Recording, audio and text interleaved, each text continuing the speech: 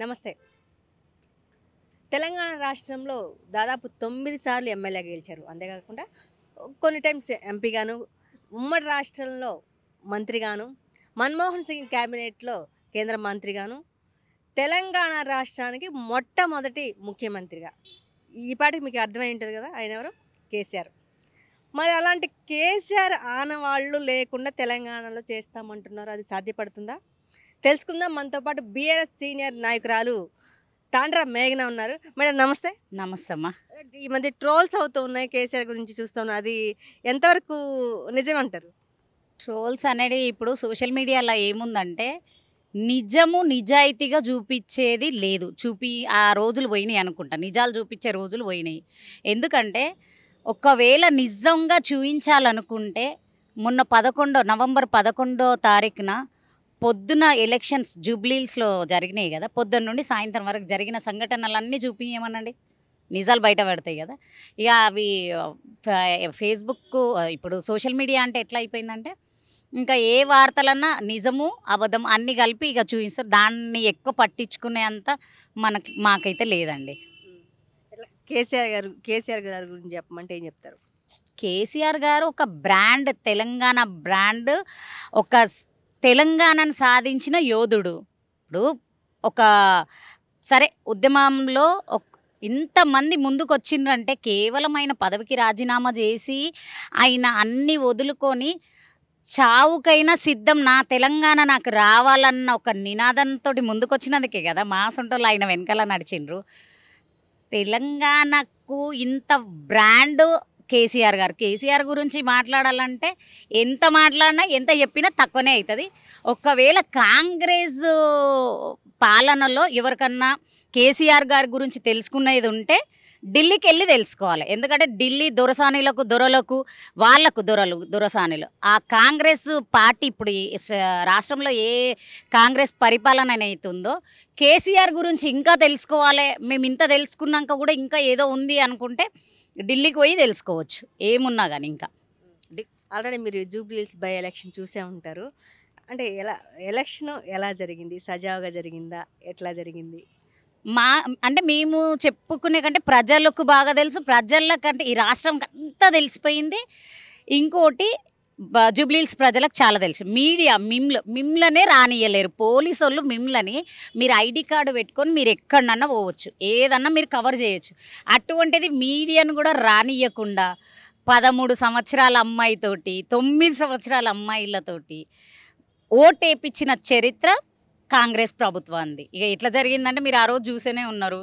డబ్బులు విపరీతంగా, ప్రతిదీ చీరలు ఏవి అంటే అవి లైవ్లో కండవలు వేసుకొని. మీరు ఇంతవరకు చెప్పండి, ఎప్పుడన్నా ఇన్ని ఎలక్షన్స్ వచ్చినా కానీ ఏ పార్టీ అధికారంలో ఉన్నా కండవా వేసుకొని కూర్చునే చరిత్ర, బనీన్ల మీద టీషర్ట్ల మీద నంబర్ రాసుకొని కూర్చునే ఎవరన్నా ఏ ప్రభుత్వం అన్నా చేసిందా? ఎవ్వరు చేయలే.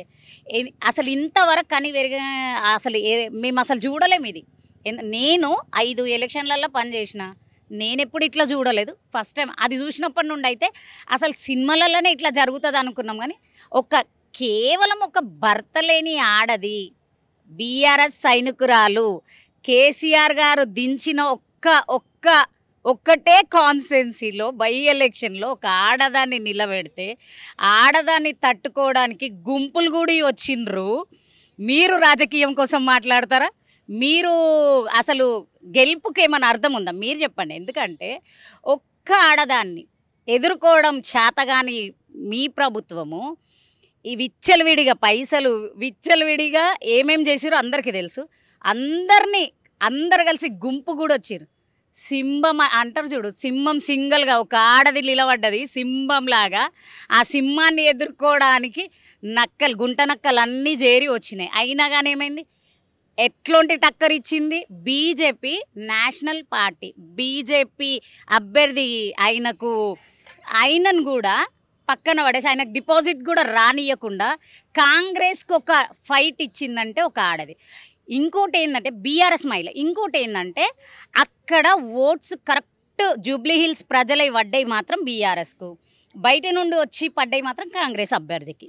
బయట నుండి దొంగ ఓట్లు అయితే ఏవి వచ్చినాయి.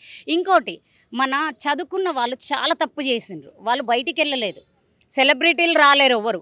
వాళ్ళ ఓట్స్ అన్ని మీరు ఇప్పుడు అన్నీ తీసి చూస్తే నిజంగా చెప్తున్నా, ఓట్లు అన్ని అందరివి పడ్డాయి ఓట్లు. అవి ఎట్లా పడ్డాయి అవి చెక్ చేయాలి.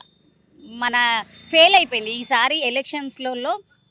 ఎలక్షన్ కమిషన్ ఫెయిల్ అయిపోయింది, పోలీస్ డిపార్ట్మెంట్ అయితే అసలు నేను ఎంత మనము పిఎస్లకు వెళ్తుంటాం చేస్తుంటాం, పోలీసు వాళ్ళతోటి మంచి ర్యాప్ ఉంటే పోలీసు వాళ్ళు చాలా మన ఎంత బాగుంటారు. కానీ ఒక్కొక్కప్పుడు ఆడ స్టాండ్ తీసుకునేటప్పుడు పోలీసు వాళ్ళు ఎంత కఠినంగా ఉంటుండే.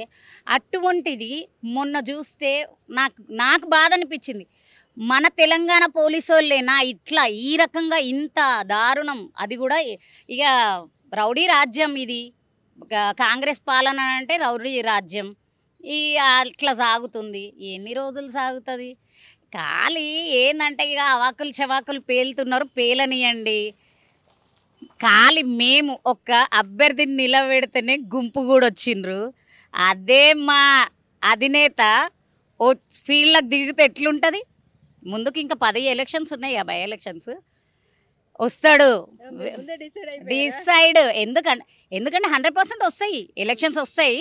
వచ్చినప్పుడు 10 ఎలక్షన్, ఇప్పుడు మేము ఒక్క ఎలక్షన్స్కే ఒక్క అభ్యర్థిని నిలబెడితే ఆమెను తట్టుకోనికే గుంపు గుడి ఎంఐఎం బీజేపీ కాంగ్రెస్ కుమ్మక్కయ్యింది.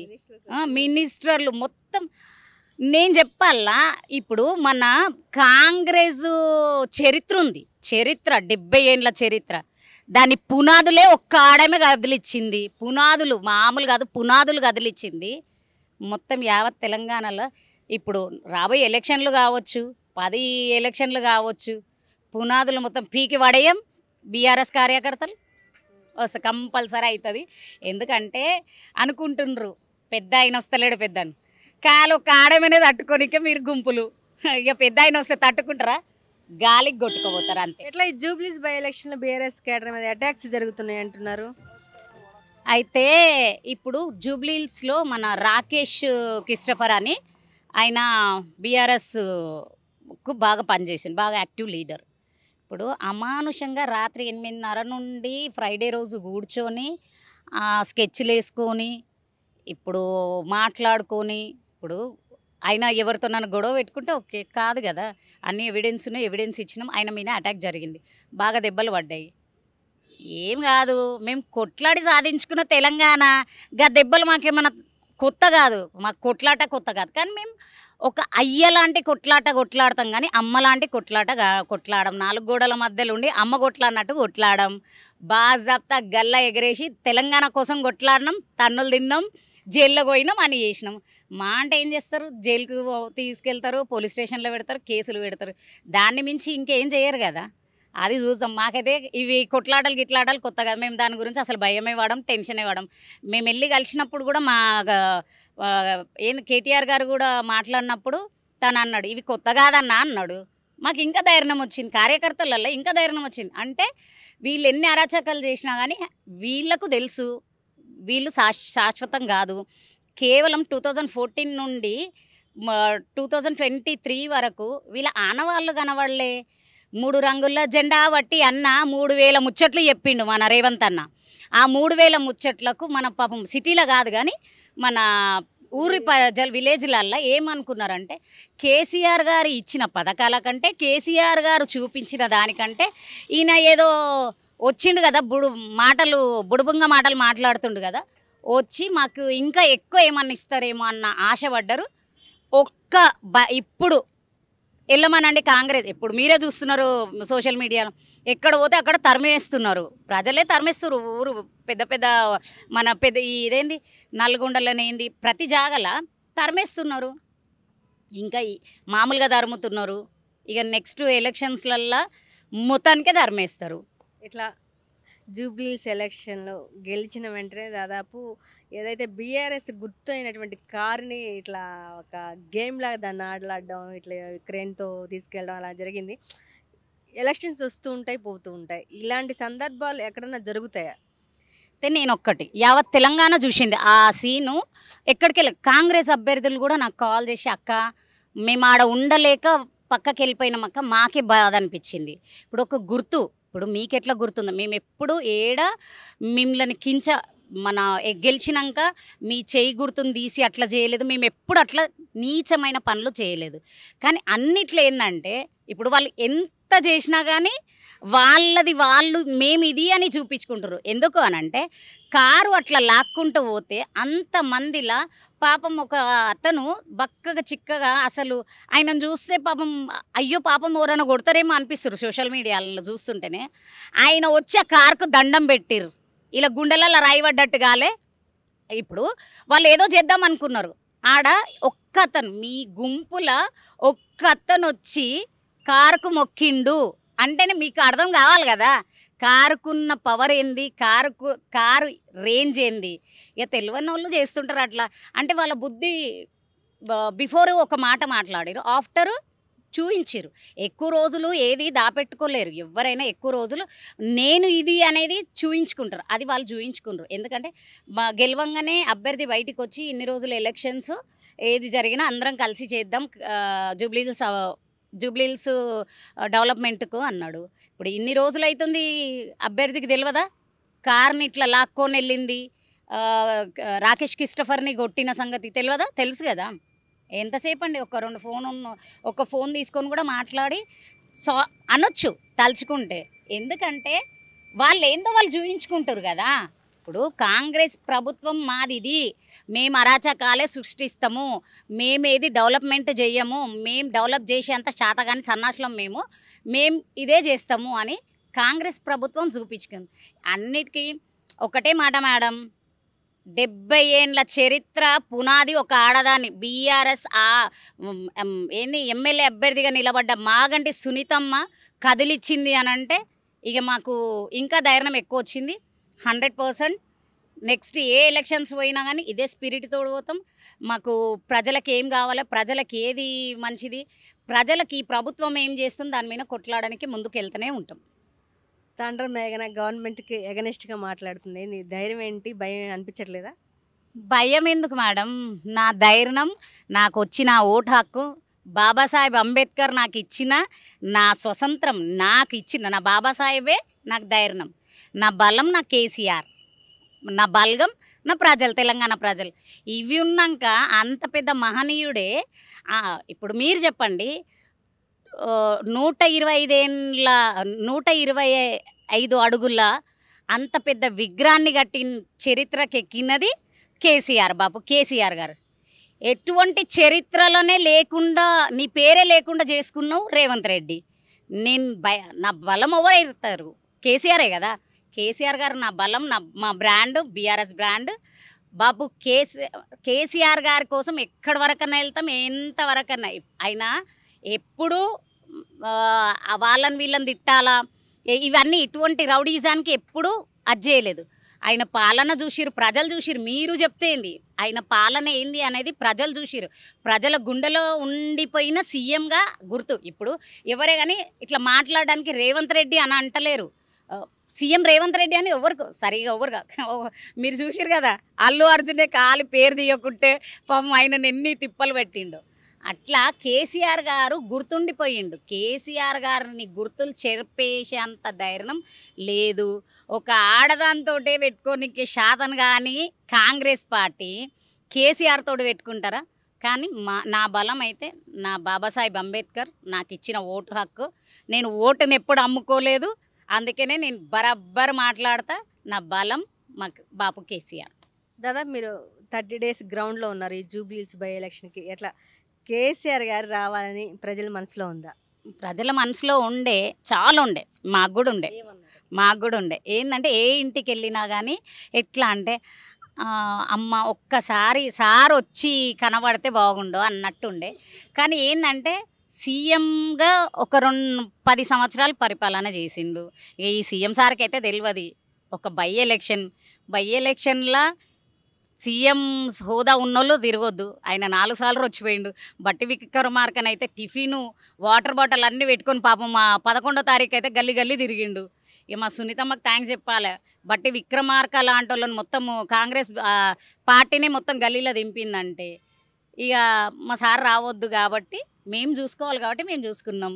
మేము చెప్తున్న ప్రజల్లో మాకు వచ్చిన ఓట్లు కూడా మా ప్రజలవి, మా జూబ్లీహిల్స్ ప్రజలవి. అవి వాళ్ళకు కూడా తెలుసు. వాళ్ళ పక్కలో ఉండి మేడం, వాళ్ళ పక్కలో ఉండి మాకు చెప్పిండ్రు కారే వస్తుంది అని. అంటే వాళ్ళు పక్కలుండే ఆ అభ్యర్థి ఓడిపోవాలని కోరుకున్నది వాళ్ళు. ఇప్పుడు నవీన్ యాదవ్ గారు 2 సార్లు 3 సార్లు ఎమ్మెల్యేగా పోటీ ఇచ్చిండు. మనం ఇలా దీపక్ రెడ్డి ఆయన లాస్ట్ ఇయర్ కొట్లాడిండి, ఈసీఆర్. వీళ్ళిద్దరికి ఎక్స్పీరియన్స్ ఉంది. మళ్ళీ మాగంటి సునీతమ్మకి అయితే ఎటువంటి ఎక్స్పీరియన్స్ లేదు కదా, ఎటువంటి రాజకీయ అనుభవం లేదు. మీరే అన్నమాట. సరే, ఒక మాజీ ఎమ్మెల్యే చనిపోయిండు, స్వర్గీయ గోపీనాథ్ అన్న చేసిన మంచి పనులు అక్కడ ప్రజల్లో ఉన్నాయి. అటువంటి ఆడది వస్తేనే మీకు చెమటలు పట్టిన ఈ చుక్కలు చూపించింది. దిన్మే తారే గినో అన్నట్టు చూసిరు గల్లీ గల్లీకి ఇక్కడికెళ్ళి వస్తారో అని ఎంత పబ్లిక్ని భయభ్రాంతాలు చేసి ఎవరిని రానియకుండా అంత చేసిండ్రు. ఇక సార్ వస్తే తట్టుకుంటాడా? సునీతమ్మ వస్తేనే తట్టుకోలేరు. మాగంటి సునీతమ్మ అసలు అనుభవమే లేదు పాపం. ఆమె హౌస్ వైఫ్, అటువంటి ఆమె వస్తేనే తట్టుకోలే.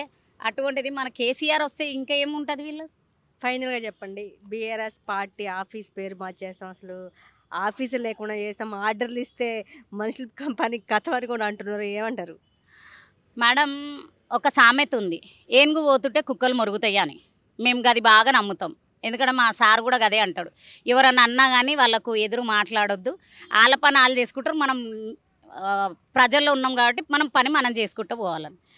ఆఫీస్ కాదు కదా, ఒక ఆడదాన్ని ఏమి చెప్తున్నా అసలు ఇక వద్దు, నేను ఎప్పుడు చెడ్డ మాటలు మాట్లాడాను, కానీ ఏమి చెయ్యనోళ్ళు ఏంది తెలంగాణ భవన్ గేటు దాకమని చూస్తా, గేటు దాకమనండి అంటే ప్రజలకు ఏందంటే బుల్డోజర్ భయం బాగా పెట్టింది. అంటే అమాయకమైన ప్రజలు, చిన్న చిన్న గుడిసెలు, చిన్న చిన్న బిజినెస్ చేసుకునేటోళ్ళని వాళ్ళు అమానుషంగా బుల్డోజర్ పెట్టి చేసి పాపం వాళ్ళు ఏమనలేక కదా, వాళ్ళ కోసం మేము కొట్లాడుతున్నాం. అదే బుల్డోజరు తెలంగాణ భవన్ ఖాళీ గేటు ముంగటికి రమ్మనండి. మా ఒక్క ఆడదాన్ని తట్టుకోనోళ్ళు మళ్ళీ మొత్తం బీఆర్ఎస్ సైన్యం వచ్చి నిలబడతాడు, తట్టుకునే అంత శక్తి ఉందా బుల్డోజర్కు? ఉందా? మీరు పక్కన పెట్టుకొని మీకు లేదు, అది ఎలక్షన్లలో చూపించారు, కానీ బుల్డోజర్కు ఉందా దమ్ము? చూసుకుందాం, దేక్లేంగే బరాబర్ 100% చూసుకుంటాం. Thank you.